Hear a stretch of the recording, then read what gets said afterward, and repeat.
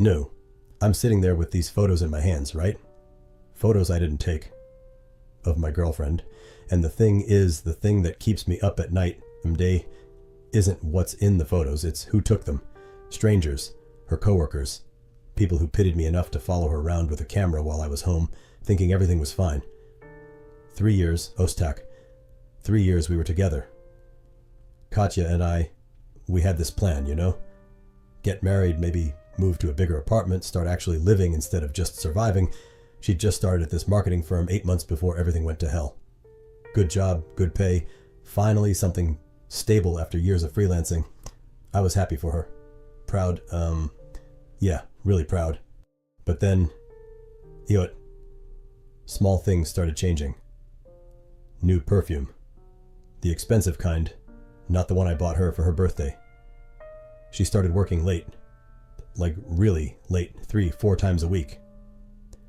When I'd ask about her day, she'd give me these short answers, distracted already scrolling through her phone. One specific time that I can't forget, she was sitting on our couch, laughing at something on her screen. This real, genuine laugh I hadn't heard in weeks.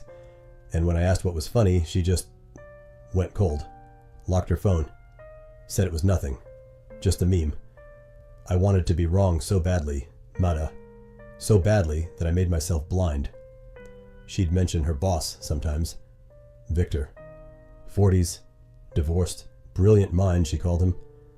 Said he was teaching her so much about the industry, about strategy, about how to really succeed. The way she said his name, knew it had this weight to it, Ostak, like it meant something more than just boss. But I pushed, that feeling down. Told myself I was being paranoid, insecure, ridiculous. Then came the company party. She asked me to come, which should have made me feel better, right? Like if something was happening, she wouldn't invite me. So I went, put on a nice shirt, showed up with a bottle of wine, tried to be the supportive boyfriend. I saw them together within 10 minutes, his hand on her lower back. Not just resting there, but familiar, comfortable. The way you touch someone you've touched before, many times before.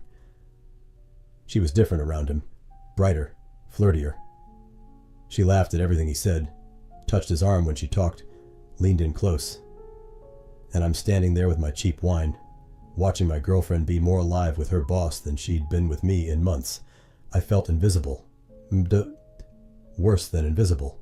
I felt like the punchline to a joke I didn't understand yet. Karocha, I went home alone that night.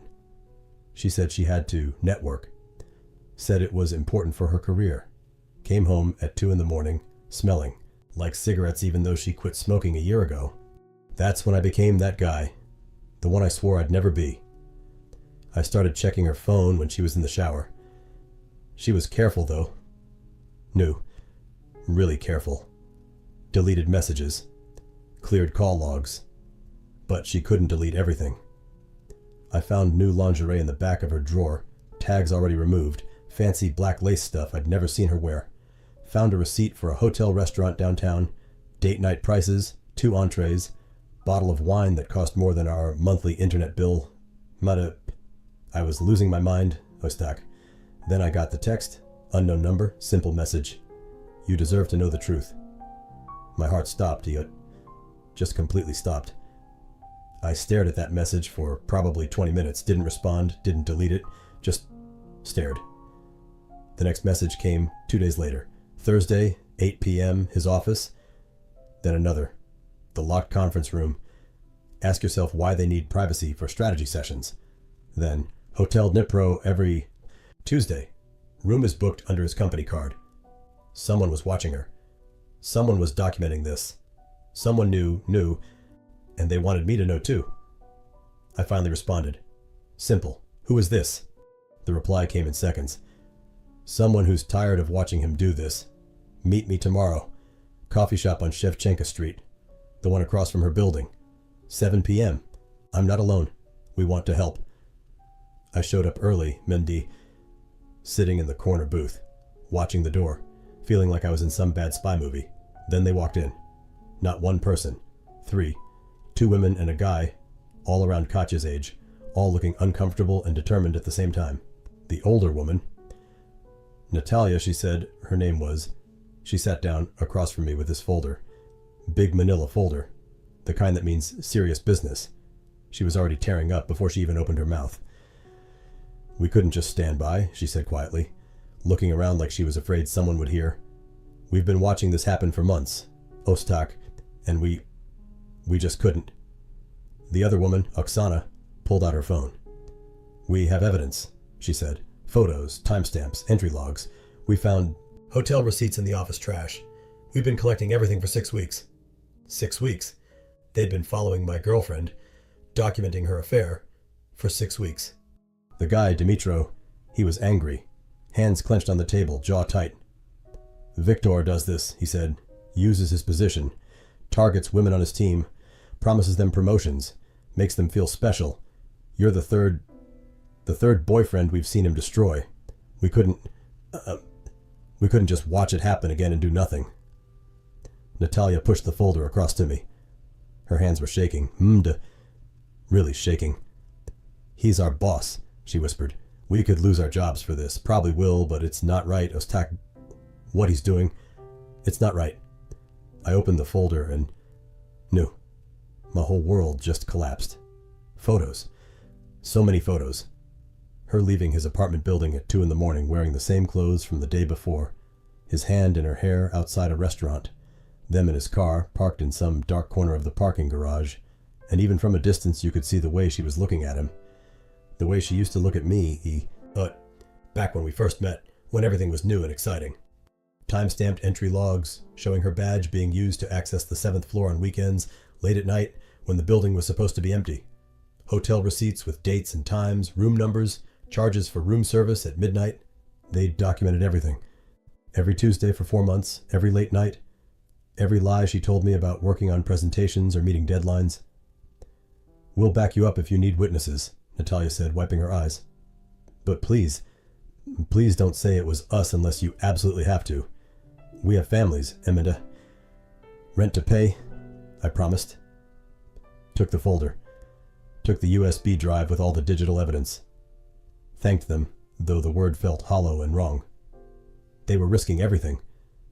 Their jobs, their careers, their reputations. For me. A stranger. Someone whose girlfriend they knew better than he knew her himself. The whole office knew. That's what kept hitting me as I drove home. The whole office had been watching this happen, watching me be the clueless boyfriend, probably joking about it over lunch. And these 3 people cared enough, pitied me enough, to do something about it. I don't know if that made it better or worse, Ostak. I waited until she came home the next evening. She was normal, happy even. Asked about my day, started making tea, talked about some project at work. I waited until she was relaxed, comfortable, safe. Then I put the folder on the kitchen table. Just tell me the truth, I said quietly. Please, Katya, just tell me the truth. She looked at the folder, and her face went white.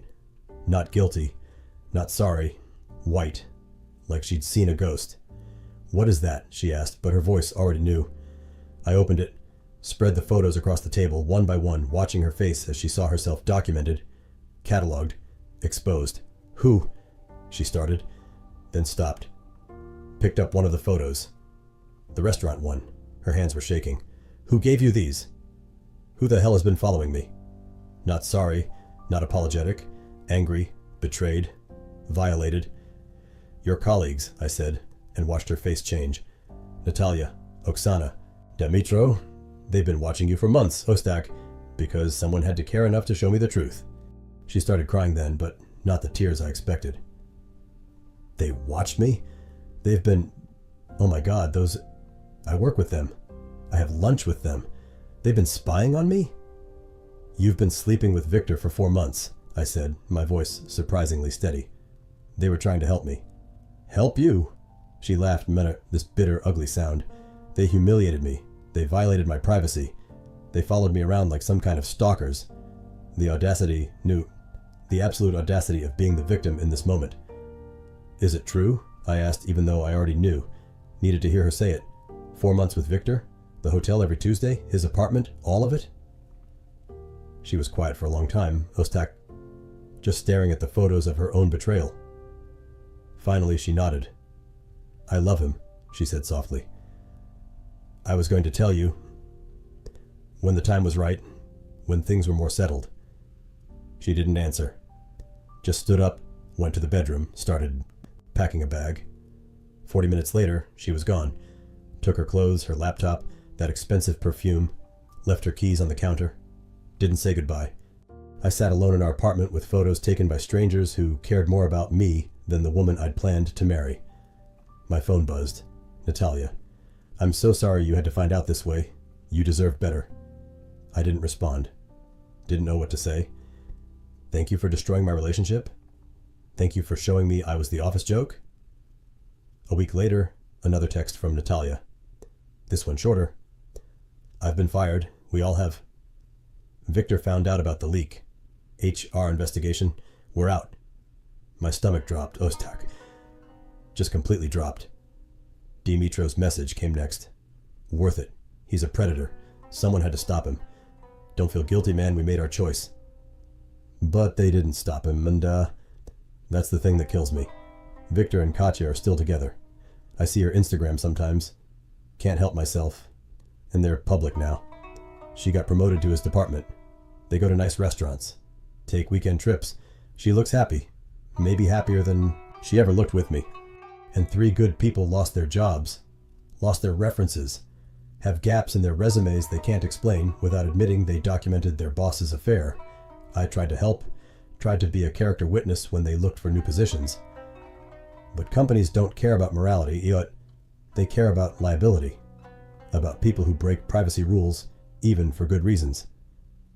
Natalia sent me one last message, about a month after everything exploded. Do you ever wish we hadn't told you? That we just let you stay in the dark? I think about that question every day, Ostak, every single day.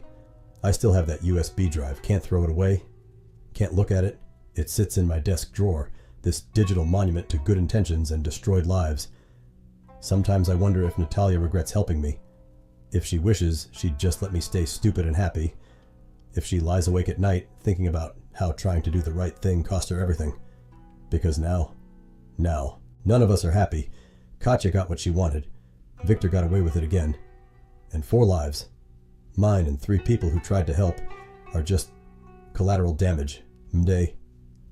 In someone else's love story. The truth didn't set anyone free, Ostak. It just burned down everything in its path and kept walking.